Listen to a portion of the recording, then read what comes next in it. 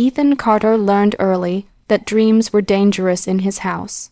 The small grocery store his family owned sat on the corner of a crumbling neighborhood street, its faded sign barely hanging above the entrance. Every morning before school, Ethan stocked shelves, carried heavy boxes, and cleaned the sticky floors while his mother barked orders from behind the counter. "Move faster," she snapped constantly. "Dreaming won't pay bills." At 18, Ethan already looked older than he was. The dark circles under his eyes came from years of balancing schoolwork with endless hours at the store. While other teenagers spent weekends with friends, Ethan spent nights studying advanced physics and mathematics from borrowed library books. Because secretly, Ethan had one impossible dream. He wanted to attend Massachusetts Institute of Technology. Nobody in his family believed he could do it, especially not his mother, Denise. "People like us don't belong in places like that," she often said. "Stop filling your head with fantasy." His older sister, Vanessa, was even worse. She laughed whenever she saw Ethan studying. "Look at little Einstein," she mocked one evening while scrolling through her phone. "You think rich genius schools care about grocery store kids?" Ethan never argued back. He simply kept studying. At school, his teachers noticed his brilliance immediately. His physics teacher, Mr. Bennett, stayed after class for months helping Ethan complete scholarship applications. "You're one of the smartest students I've ever taught, Mr. Bennett told him one afternoon. "Promise me you won't let your family crush this opportunity." Ethan smiled weakly. "I'll try." But deep down he knew his family depended on him too much. The store was struggling financially, and Denise constantly reminded him of it. "If you leave," she warned one night, "this family falls apart." Still, Ethan submitted his application in secret. Then came the letter.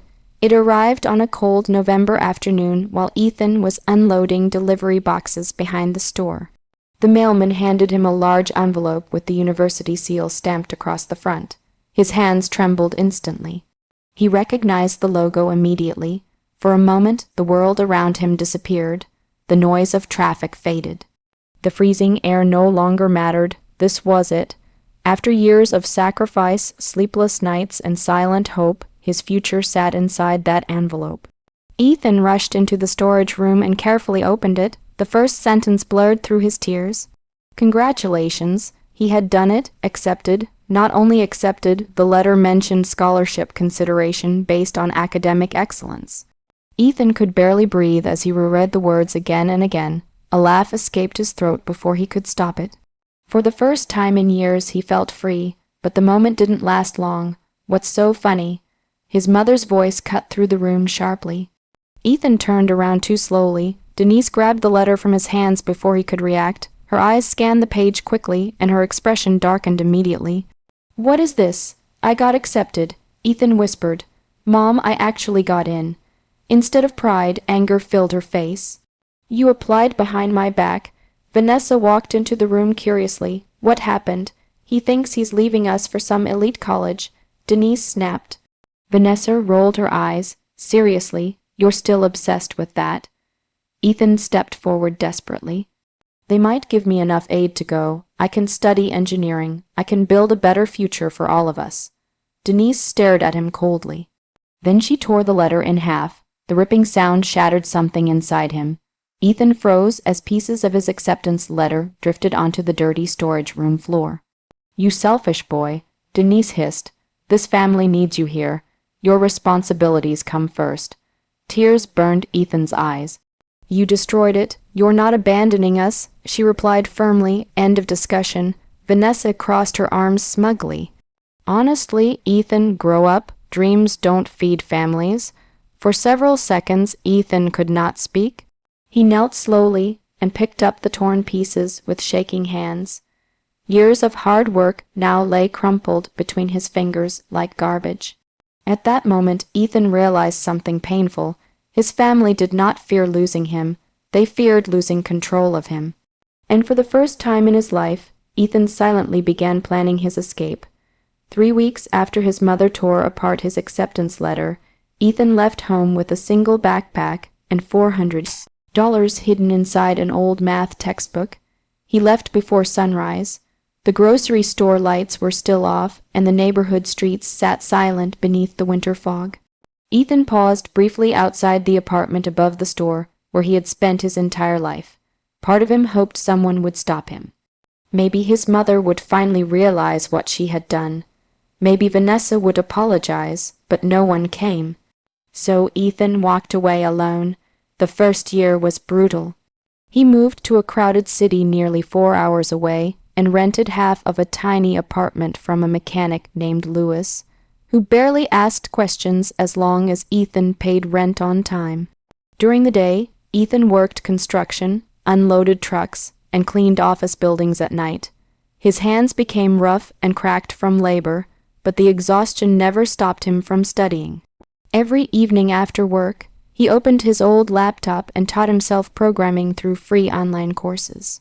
Coding became his escape. Unlike people, computers followed logic. Problems had solutions. Hard work produced results.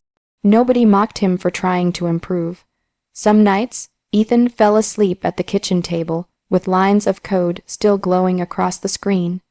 Other nights, memories kept him awake. He could still hear the sound of paper tearing, still see his mother's cold expression, still feel the humiliation burning in his chest. For a long time, anger fueled him more than hope. One rainy evening, nearly 2 years after leaving home, Ethan received an email from a small software startup looking for junior developers. He almost ignored it, convinced he was unqualified, but Lewis forced him to attend the interview. "You're smarter than everyone I know," the mechanic told him while fixing an engine. "Stop acting like your family was right about you." The interview changed everything. Within 6 months, Ethan became one of the company's best developers. Within 3 years, he helped design a logistics program that attracted major investors. By 25, Ethan had launched his own software company with 2 former coworkers. For the first time in his life, he wasn't surviving anymore, he was succeeding. The small apartment became a modern condo overlooking the city skyline. The exhausted grocery store worker transformed into a respected entrepreneur, whose company appeared in business magazines. Yet success never fully erased the past. His family rarely contacted him unless they needed money. First, it was Vanessa asking for help with overdue rent. Then Denise called about medical bills for the failing grocery store. None of the messages included apologies. None asked how Ethan was doing. To them, he had become an emergency wall instead of a son.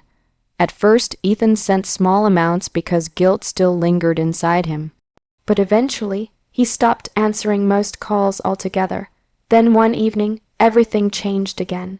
Vanessa accidentally called him while trying to contact someone else. Before hanging up, Ethan noticed a little girl sitting quietly at the kitchen table in the background. She looked about 10 years old, wearing oversized glasses while reading a science book. "Who's that?" Ethan asked. Vanessa sighed impatiently. "My daughter, Lily." The girl looked up immediately. "Your uncle, Ethan," she asked softly. Something about her voice caught him off guard. She sounded nervous, careful, the same way he used to sound around adults. "Yes," he answered slowly. Lily smiled shyly. "Mom said you're good with computers." Vanessa rolled her eyes. "She's obsessed with school stuff. Honestly, it's exhausting." Ethan noticed Lily lowering her eyes instantly, embarrassed by her mother's tone. A familiar ache settled in his chest. He recognized that look. It was the expression of a child learning to hide their dreams. Before the call ended, Lily spoke again quietly. "I want to build robots someday." Vanessa laughed loudly from the kitchen. "Robots, honey, people like us don't become scientists." The words hit Ethan harder than he expected. Because 7 years earlier, he had heard nearly the exact same sentence.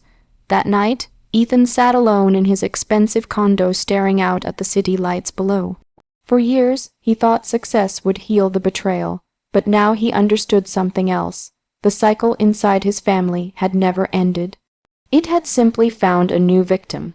After the accidental video call, Ethan could not stop thinking about Lily. For days, memories followed him everywhere. The way she immediately looked down after Vanessa mocked her dream reminded him painfully of his younger self. He remembered hiding library books beneath his mattress because his mother called education a distraction. He remembered studying in silence so nobody could laugh at him. Now another child in the family was learning the same fear. Ethan refused to let that happen again. At first, he started small. He mailed Lily a beginner robotics kit anonymously along with a short typed note. "Keep building. Smart kids should never stop learning." A week later, Vanessa called him. "Did you send this thing?" she asked suspiciously. "Yeah," Ethan admitted. Vanessa sighed dramatically. "You really shouldn't encourage unrealistic fantasies. She already spends too much time reading." Before Ethan could answer, Lily's excited voice exploded through the phone. "Uncle Ethan, I made the motor work." For the first time in years, Ethan smiled during a conversation with his family. Over the next several months, he and Lily spoke often, mostly secretly. Sometimes Ethan helped her with math homework through video calls. Other times he explained basic coding, while she scribbled notes into an old notebook covered in stickers. Lily learned fast, faster than Ethan expected. "You think like an engineer already," he told her one evening. The compliment made her eyes widen with disbelief. Nobody had ever spoken to her that way before. Meanwhile, Vanessa's attitude grew worse. "She needs to focus on real life," Vanessa complained constantly, "not impossible dreams." Ethan tried staying calm. "Going to college isn't impossible. For rich people maybe," Vanessa snapped. "Besides, she'll probably stay close to home anyway." That sentence immediately reminded Ethan of their mother. Control disguised as protection, fear disguised as responsibility. The same poison had simply passed from one generation to another. By the time Lily turned 17, her talent became impossible to ignore. She ranked near the top of her class and won a statewide science competition for designing an affordable water purification prototype. Her school counselor personally contacted Ethan after discovering he was her uncle.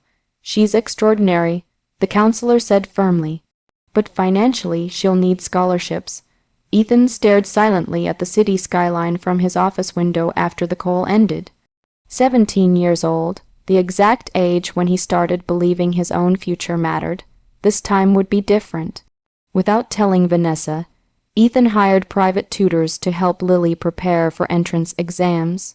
He paid application fees secretly through the school counselor and helped Lily write essays late into the night over video chat. One essay nearly broke him. Lily wrote about growing up in a family where dreams felt selfish. Ethan had to stop reading halfway through because his vision blurred with tears. Months later, acceptance letters finally began arriving. Lily got into several excellent universities, including her dream school. When she called Ethan crying with happiness, he felt prouder than he had during any business achievement in his entire life. "I got in," she whispered emotionally. "Uncle Ethan, I actually got in." For a moment, Ethan heard echoes of his younger self speaking through her voice. But the celebration didn't last long. That evening, Vanessa exploded after learning about tuition costs. "We can't afford this nonsense," she shouted while Lily cried quietly in the background. "You're staying here. There's financial aid," Lily argued weakly. "It's still too expensive," Vanessa snapped. "And who's going to help me? Families sacrifice for each other." Ethan's stomach tightened instantly. The exact same words, the exact same manipulation. History was repeating itself almost perfectly. Then he heard something that made his chest ache. "Maybe I should just give up," Lily whispered through tears. Ethan stood from his desk immediately. "No," he said firmly. "Don't you dare give up your future for someone else's fear." Silence filled the phone. Vanessa scoffed angrily. "Easy for you to say. You abandoned this family years ago." Ethan's voice turned cold for the first time in years. "No," he replied quietly. "I escaped what was destroying me." Then he hung up. For several long minutes, Ethan stared at the dark screen of his phone. 7 years ago, nobody had saved him. Nobody had protected his future, but Lily still had someone in her corner. And this time, Ethan intended to make sure the story ended differently. 2 weeks after Lily's acceptance letter arrived, Vanessa invited Ethan to a family dinner. He almost declined immediately. For years, family dinners had never been about love. They were negotiations disguised as affection. But something in Vanessa's unusually polite tone made him curious enough to agree. The dinner took place in the same apartment above the grocery store where Ethan had grown up. Very little had changed. The wallpaper still peeled near the kitchen doorway, and the old ceiling fan still rattled loudly above the table. Only now everything looked smaller. Denise greeted him awkwardly when he arrived. "You look successful," she muttered. Ethan gave a polite nod but said nothing. Lily sat quietly near the corner of the table, avoiding eye contact. Ethan immediately noticed her swollen eyes. She had clearly been crying before he arrived. Vanessa forced an artificial smile while serving dinner. For the first 20 minutes, everyone pretended to be normal. Denise talked about rising food prices. Vanessa complained about bills. Ethan listened silently, already sensing where the conversation was heading. Then Vanessa finally leaned forward. "The store is in serious trouble," she admitted. "We might lose everything." Denise sighed dramatically. "After all we sacrificed for this family, there it was." Ethan calmly placed down his fork. "How much do you need?" Vanessa's eyes brightened instantly. "Around 80,000. Lily looked shocked by the number. Ethan noticed something else too. Neither woman seemed embarrassed asking him for money after spending years dismissing his dreams. "You own some big tech company now," Vanessa continued. "This should be nothing for you." Denise nodded quickly. "Family helps family." For a moment, Ethan simply stared at them. The irony felt almost unbearable. At 18, he begged for support to attend college. They called him selfish. They destroyed his future because the family needed him. Now the same people expected him to rescue them financially because he succeeded without them. Ethan folded his hands calmly. "I already invested the money somewhere else," he said. Vanessa frowned. "What does that mean?" Before Ethan could answer, Lily spoke nervously. "Mom, please don't ask him. Stay out of this." Vanessa snapped immediately. That single sentence made Ethan's decision even easier. He reached into his briefcase slowly and placed a folder onto the table. Vanessa opened it first. Inside were university financial documents, housing confirmations, meal plans, and a long-term education trust. Every expense for Lily's college future had already been paid. The room fell silent. Denise looked confused. "What is this?" Ethan finally turned toward Lily. "You're going to college?" he said softly. "Everything is covered." Lily's mouth opened slightly in shock. Vanessa stared at the papers with growing anger. "You spent that money on this. I invested it in someone's future," Ethan replied calmly. Denise slammed her hand against the table. "After everything this family sacrificed for you." Ethan looked directly at her. A strange peace settled over him. "No," he answered quietly. "You sacrificed my future to protect your own fears." The words hit harder than shouting ever could. Denise's face went pale. Ethan continued steadily. "When I was 18, you tore apart my acceptance letter because you needed control more than you wanted me to succeed." Nobody spoke. Even Vanessa avoided eye contact now. "I spent years believing success would make me forget what happened," Ethan said. "But then I met Lily, and I realized this family was about to destroy another child's future the same way you destroyed mine." Lily wiped tears from her face silently. Vanessa crossed her arms defensively. "We were trying to protect her." "No," Ethan replied firmly. "You were teaching her to shrink herself so you'd feel comfortable." The room became painfully quiet. Then something unexpected happened. Denise began crying softly, not dramatic tears. Not manipulative ones, real tears. "I was scared," she whispered weakly. "I thought if you left, I'd lose everything." Ethan's anger faded slightly. For the first time in his life, his mother sounded honest, but honesty came too late to erase the damage. "You did lose me," Ethan said gently. Lily suddenly stood up and wrapped her arms around him tightly. "Thank you," she whispered through tears. "I won't waste this chance." Ethan hugged her back, feeling years of pain finally loosen inside his chest. 7 years ago, his family destroyed a dream. Tonight, he made sure another dream survived, and in the end, that became the sweetest revenge of all.